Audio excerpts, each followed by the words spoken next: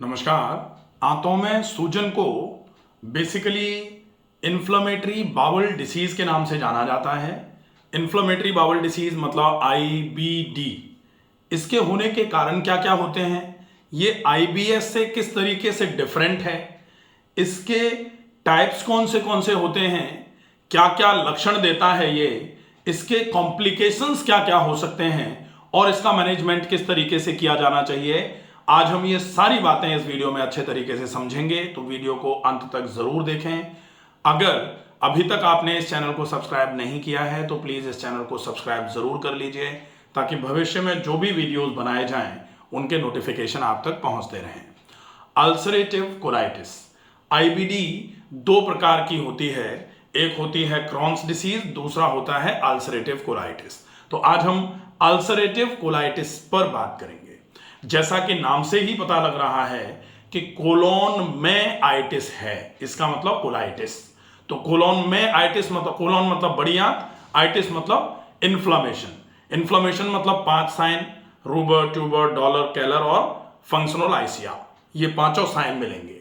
इन पांचों साइंस की प्रेजेंस अगर आपके कोलोन में है तब इसको बोला जाएगा colitis.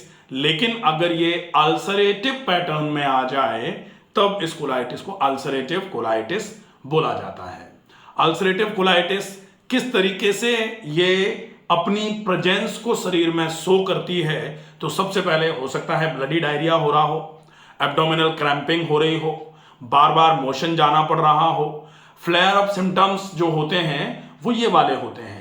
Non flare up symptoms में कभी कभी कोई समस्या नहीं लग रही, पेट में दर्द भी नहीं है, बार बार मोशन भी नहीं जाना पड़ रहा, आपको कोई मोशन के साथ ब्लड नहीं आ रहा, तो ये नॉन फ्लेयर अप कंडीशन हो सकती है।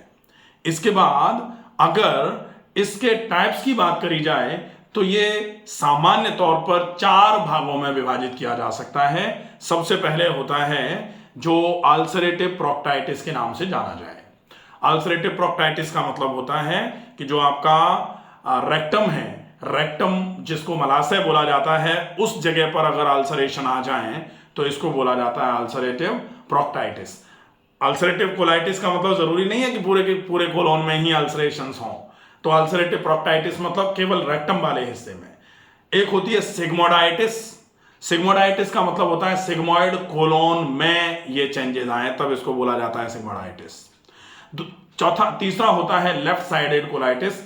लेफ्ट साइडेड कोलाइटिस का मतलब होता है कि जो डिसेंडिंग कोलोन है आपका, डिसेंडिंग कोलोन मतलब उतरता हुआ जो कोलोन है, तो डिसेंडिंग कोलोन, सिग्मोइड कोलोन और रेक्टम जब इन तीनों चीजों में आएगा तब इसको लेफ्ट साइड का कोलोन बोलते हैं। तो लेफ्ट साइडेड कोलाइटिस माना जाए इसको। उसके बाद होता है पेनकोलाइटिस। पेनकोलाइटिस का मतलब होता है पूरे के पूरे कोलोन में जब अल्सरेशन आ जाए या अल्सरेटिव पैटर्न आ जाए तब इसको पेनकोलाइटिस की कैटेगरी में रखा जाता है। ये टाइप्स हैं इसके। इसके बाद अब हम देखें कि अल्सरेटिव कोलाइटिस के बेसिक सिम्टम्स क्या होते हैं। तो बेसिकली 2 तरीके से सिम्टम्स शो करेगा, एक होता है ब्लडी डायरिया और दूसरा होता है नॉन ब्लडी। मतलब ब्लड आ रहा है, उसके साथ बार बार मोशन आ रहे हैं, और एक ब्लड नहीं आ रहा है लेकिन बार बार करके मोशन आ रहे हैं, जिसको डायरिया कहा जाता है। ये अगर है तो ये सिम्टम्स हैं कि आपको कोलाइटिस की प्रॉब्लम हो सकती है। इसके बाद बार बार मोशन आना, जिसको डायरिया बोला ही जा रहा है, तो ये भी एक सिम्टम माना जाता है अल्सरेटिव कोलाइटिस के केस में।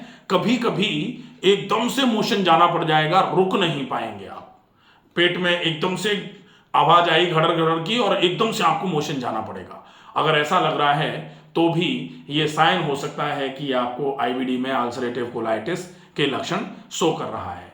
ऐसा लगेगा जैसे मोशन जाना है पर मोशन जाने पर मोशन नहीं आए, पेट भारी भारी लग रहा है, आपको लगे मोशन निकल जाए तो थोड़ा सा आराम मिल जाए लेकिन मल आएगा ही नहीं, ऐसा अगर लग रहा है तो यह भी साइन अल्सरेटिव कोलाइटिस का ही माना जाता है। इसके बाद में क्रैम्पिंग जो है, पेट में एकदम से क्रैम्पिंग पेन रहेगा, एकदम से पेट में क्रैम्पिंग का मतलब है मरोड़े जैसे चलते रहेंगे, और मरोड़े के साथ में कभी कभी गैस रिलीज हो जाएगी तो मरोड़ों में थोड़ा आराम भी मिल जाएगा। ये अगर हो रहा है तो डेफिनेटली ये सिम्टम भी अल्सरेटिव कोलाइटिस के सिम्टम्स को मैच करता है। अगर ऐसा लग रहा है तो ये सिम्टम्स आपके अल्सरेटिव कोलाइटिस को मैच कर रहे हैं। फिर फटीग जो है, एकदम से थकान रहेगी, शरीर टूटा टूटा सा रहेगा, अगर ऐसा लगता है तो ये भी एक सिम्टम माना जाता है जो अल्सरेटिव कोलाइटिस का है। इसके अलावा जो अदर सिम्टम्स होते हैं, जैसे जोड़ों में दर्द हो सकता है, जैसे पूरे शरीर में सूजन आ सकती है, जैसे वजन कम हो सकता है, जैसे नौजिया हो सकता है बुखार बुखार जैसा लगता रहे, आपके त्वचा पर रेड रैसेस जैसे अगर आते हैं, तो ये सिम्टम्स भी अल्सरेटिव कोलाइटिस के केस में आपको देखने को मिल सकते हैं। अगर आप इन सारे सिम्टम्स को महसूस करें तो एक बार हम फॉलो अप करके अल्सरेटिव कोलाइटिस की जांचें करा सकते हैं। अब हम देखें कि जांचों में कौन सी जांचें कराई जा सकती हैं। तो सबसे पहले सिग्मोइडोस्कोपी होती है, जिसमें सिग्मोइड कोलोन को देखा जाता है। कोलोनोस्कोपी होती है, जिसमें आपके पूरे के पूरे लेफ्ट साइड के कोलोन को देख लिया जाता है। बेरियम मील स्टडी कराई जा सकती है। ये बहुत सारे टेस्ट हैं जिनसे आप ये पता लगा सकते हैं कि अल्सरेटिव कोलाइटिस है या फिर नहीं है। अब हम देखें कि इस अल्सरेटिव कोलाइटिस के होने के कारण कौन से हैं। तो सबसे पहले कारणों में आता है ओवर एक्टिव इम्यूनिटी। अगर ओवर एक्टिव इम्यूनिटी रहेगी, ऑटो इम्यून की कंडीशन बोला जाता है इसको, तो फिर ये अल्सरेटिव कोलाइटिस आपके शरीर में देखने को मिल सकता है। इसके अलावा कॉम्प्लिकेशंस जो होते हैं इस अल्सरेटिव कोलाइटिस के, कि ये है सिम्टम्स दे रहा है, क्या क्या कॉम्प्लिकेशन आ सकते हैं। अगर ब्लीडिंग हो रही है तो अनीमिया हो सकता है, ब्लड लॉस अनीमिया जिसको बोला जाता है। इसके अलावा हो सकता है कॉम्प्लिकेशन में कोलोन कैंसर तक की कंडीशन बन जाए, तो थोड़ा इसको सीरियसली लेने की आवश्यकता होती है। अगर कमजोरियां आ रही हैं तो लगातार ऑस्टियोपोरोसिस का केस बन सकता है, हड्डियों में भयंकर और कैल्शियम की कमी हो सकती है, और इस कैल्शियम की कमी की वजह से हो सकता है थोड़ा बहुत चलने फिरने या थोड़ा बहुत बेंडिंग करने पे ऑस्टियोपोरोसिस की वजह से बोन फ्रैक्चर होना चालू हो जाए। लिवर डैमेज भी हो सकता है, क्योंकि लिवर पर भयंकर लोड पड़ना चालू हो जाता है in case of ulcerative colitis. तो ये बहुत सारे सिम्टम्स हैं जो आपको अल्सरेटिव कोलाइटिस में देखने को मिलते हैं कॉम्प्लिकेशन के रूप में। अब हम देखेंगे कि इसका मैनेजमेंट किस तरीके से कर सकते हैं। तो अल्सरेटिव कोलाइटिस के मैनेजमेंट में सबसे पहली बात आती है स्ट्रेस मैनेजमेंट। स्ट्रेस मैनेजमेंट का मतलब होगा कि आप रेगुलर रिदमिक एक्सरसाइजेस का रूटीन बनाओ। जितना ज्यादा व्यायाम का नियम बनाएंगे उतना ज्यादा अल्सरेटिव कोलाइटिस में आपको आराम मिलना चालू हो जाएगा।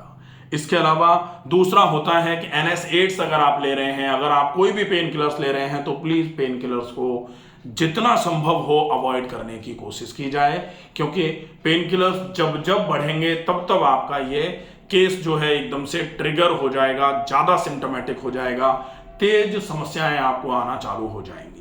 इसके अलावा आप कोशिश करो ऐसा कोई भी खाना अवॉइड करो जो पचने में बहुत भारी है, जो कोलोन पर इरिटेशन कराने का काम करता है। तो बहुत ज्यादा मात्रा में सिट्रस फ्रूट्स, बहुत ज्यादा मात्रा में भारी खाना, बहुत ज्यादा मात्रा में चिकनाई युक्त खाना आप बिल्कुल बंद कर दें। इससे आपको धीरे धीरे करके आराम मिलना चालू हो जाएगा। इस केस में अगर संभव हो जाए तो आप फ्रेश फ्रूट्स का उपयोग करें जो खट्टे ज्यादा नहीं हों, और उबली हुई सब्जियां और दाल और चावल की, मूंग दाल और चावल की बनी हुई पतली सी बिल्कुल गली हुई खिचड़ी का उपयोग आप कर सकते हैं। आपको खाने को बहुत ज्यादा चबा के खाना पड़ेगा। कोशिश करना है पानी आप 3-3.5 लीटर पूरे दिन में पीना चालू कर दें, और व्यायाम में टहलना, अनुलोम विलोम और डीप ब्रीदिंग, ये प्राणायाम करेंगे तो पूरे शरीर में खून की चाल बढ़ना चालू हो जाएगी। बड़ी आंत पर अच्छे तरीके से ऑक्सीजन और न्यूट्रिशन बढ़ना चालू हो जाएगा, जिससे आपकी बड़ी आंत में जो एकदम से सिम्टम्स आ रहे हैं बड़ी आंत की वजह से, वो सिम्टम्स धीरे धीरे करके कम होना चालू हो जाएंगे और आपको अल्सरेटिव कोलाइटिस में आराम मिलना चालू हो जाएगा।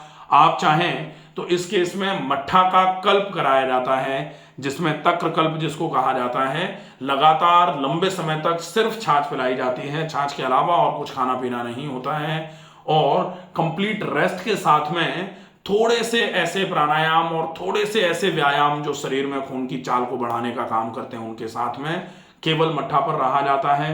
लगभग 45 दिन से 60 दिन का प्रोग्राम ये हो सकता है। अगर केस बहुत ज्यादा पुराना है तो कभी कभी 90 दिन तक का भी मट्ठा कल्प कराने की आवश्यकता पड़ जाती है।